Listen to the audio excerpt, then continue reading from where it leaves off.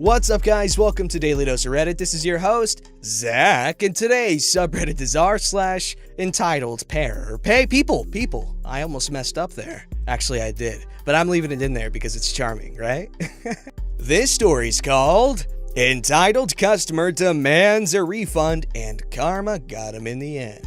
This happened a few years ago while I was working as an assistant store manager for a big box automotive retail store. I wrote this down right after it happened. No names were used, of course. English is my first language. Apologies for any formatting errors, and this is a bit on the long side till dear at the end, so let's get on with it. Here's the cast. There's me, coworker, store manager, district manager, entitled customer, police officer, district attorney. The voices are subject to change based on the gender of the cast member, I guess, because they don't indicate and it's hard. You get the drill. I was working the afternoon-evening shift as I often did. It's just a normal day, customers coming and going. Early on in my shift, entitled customer comes in the store and picks out a set of headlights that he thinks will work for his car. I offered to check and see if they were the right ones, as I didn't want him to be inconvenienced to have to do a return later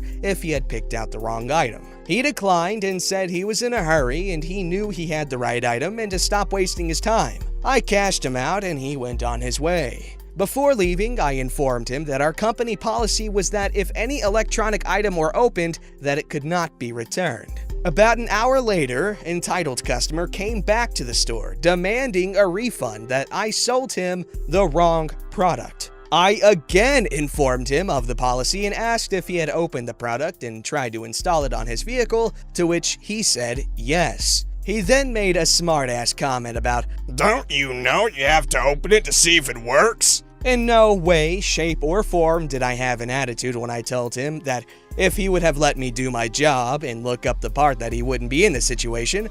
Apparently, this pissed him off. He left the store for a few minutes, I assumed to calm down, then came back in and told me he bought the right product at our competitor and wanted his effing money back. I told him that I could not complete a return for him.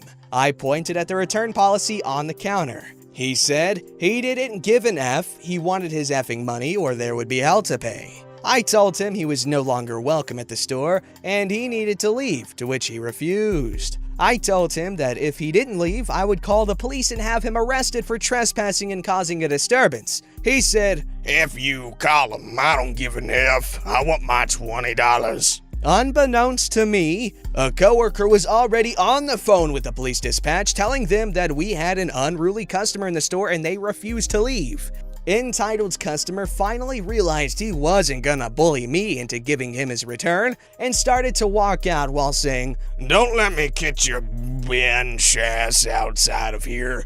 I'm gonna shoot you." Coworker was telling dispatch everything that was happening. Entitled customer finally left, and a few minutes later, I heard the crackling of a police radio in the distance. Coworker was telling the police officer that I was the one involved and to talk to me about the incident.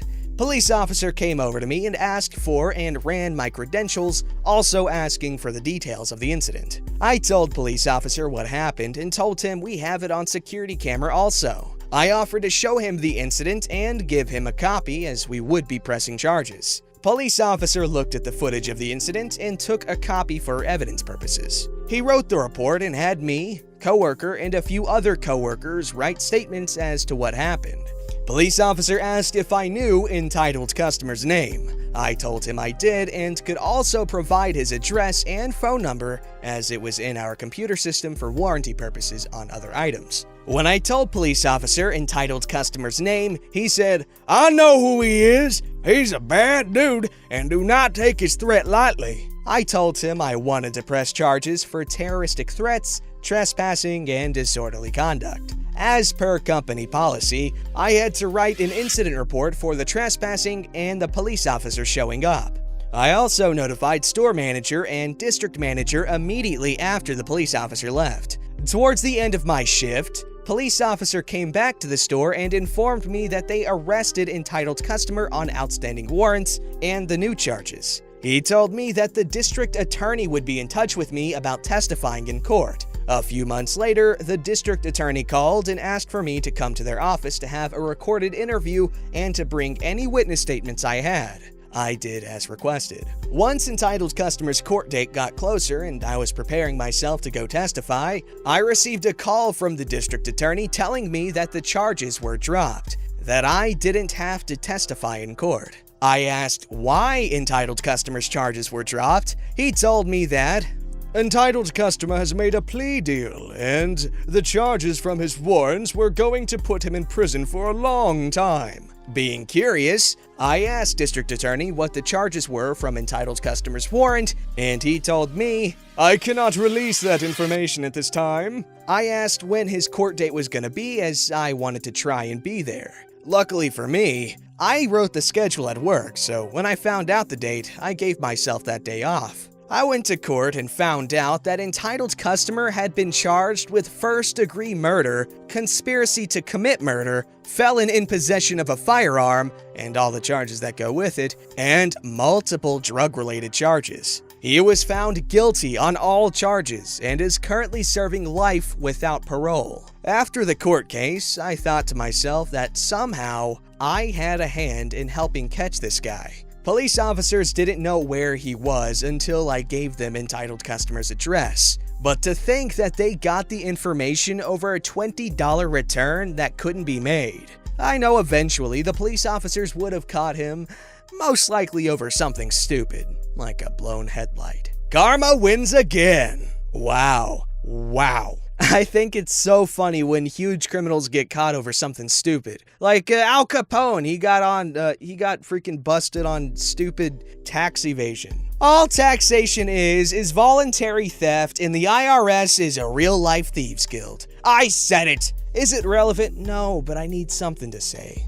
Alright, this story's called Entitled Aunt Wants Me to Support My Entitled Mom. Not sure if super entitled to the outside, but to me, they are both entitled pieces of dookie that think they do no wrong. So this happened last year. A little backstory. My mom has mooched off of people her entire life, from purposely getting pregnant with me when she was 17 by lying to my dad that she was on the pill, to living with my grandparents the last 25 years after my dad divorced her when I was 3. There are a lot of stories I could go into, but suffice it to say that she only wants people to take care of her, from money to cleaning, and thinks she does no wrong and she's the victim. Often screaming at my grandparents when they ask her to get a job to help since they had declining health and medical bills piling up. "I do a lot around here. I pay for some of the food," with her food stamps, or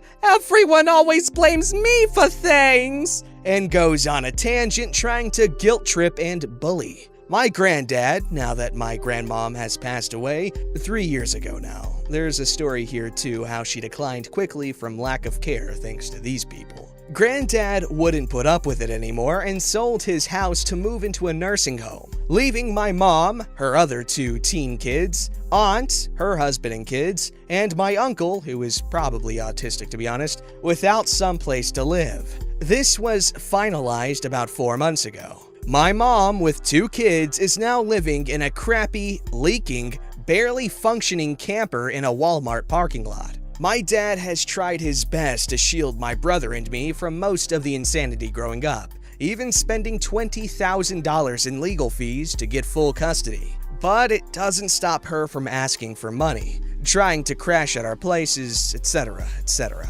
Eventually, I moved to a different state, and she still doesn't have my address. So on to the entitlement tale. 1 year ago, I got a text from my aunt. It reads as follows. "I'm gonna be a little harsh with you right now at this moment. You and your brother need to stop depending on everyone else to take care of your mother. Dad will be moving into an independent living facility within the next month, and she is using Dad living for free here and not contributing in any way." OP here, she's doing the same freaking thing. "The house stinks in the area where she lives, and it reeks of stale cigarettes and foot fungus and BO.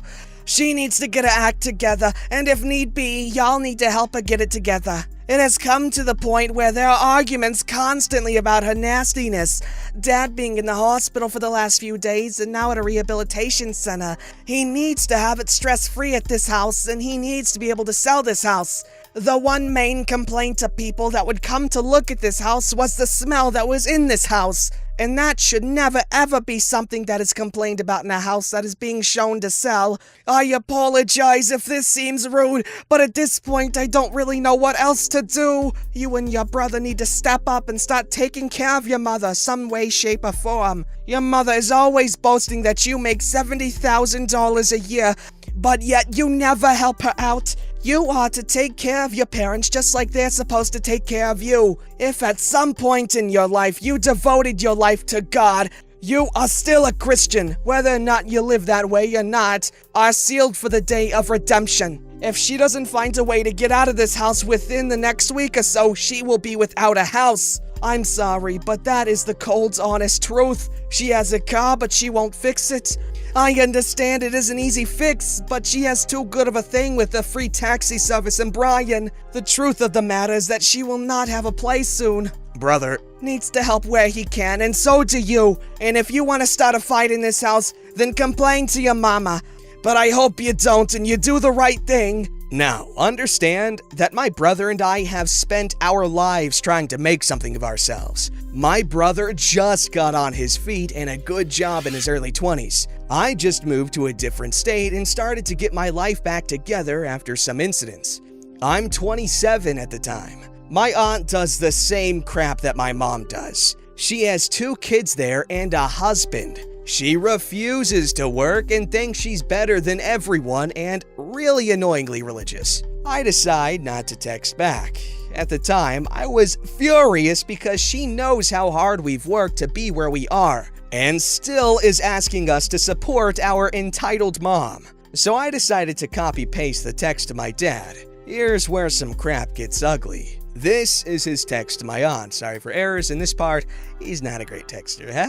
Ha! Aunt, it's Dad. Sorry to hear about your dad. He is a good man, and I've always liked him no matter what was going on. He was always nice to me. Now, that being said, it's very sad what's going on with Mom and her 2 kids, although she has had plenty of time to get her crap together and did nothing. I've done everything in my power to make sure that my kids didn't get sucked down by her, and told them this day would come and she won't leech off of them. Well, I didn't raise my kids to be dumbasses unlike your parents did. Sorry, but the truth is, it's their fault that every one of you are freaking stupid.